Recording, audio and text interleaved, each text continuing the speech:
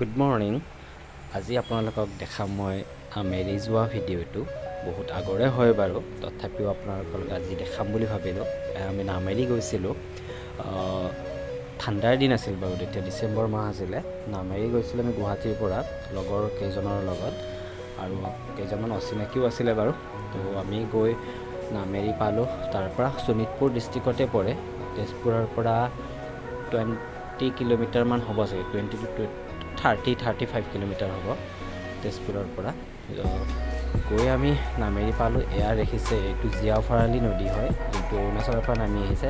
পানীবোৰ বহুতেই ঠাণ্ডা হয়। যি নহওক বাৰু, আমি গাও ধুইছোঁ এয়া পানীত। ৰাতিপুৱা 5-6টা বজাত গৈ গা ধুইছোঁ, বহুতেই ভাল লাগিল। তাৰপিছত এয়া আমি নদীটো পাৰ হৈ পাৰ্কখনত সোমাইছোঁ, য'ত আমি ট্ৰেকিং কৰিব লাগে।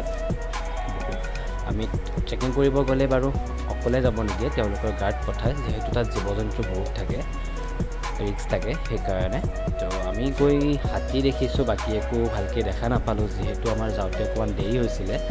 ৰাতিপুৱা সোনকালে গ'লে দেখা পায় বুলি শুনিছিলোঁ, কিন্তু আমি বেছি সোনকালে যাব নোৱাৰিলোঁ। তো আমি তাত গৈ কেম্পিং কৰিছিলোঁ আৰু ৰাতিটো থাকিছিলোঁ তাত। তো কেম্পিং কৰা এটা মজাই বেলেগ বাৰু। তাৰ পৰা এয়া আমি গোটেইবোৰে ট্ৰেকিঙত গৈছোঁ।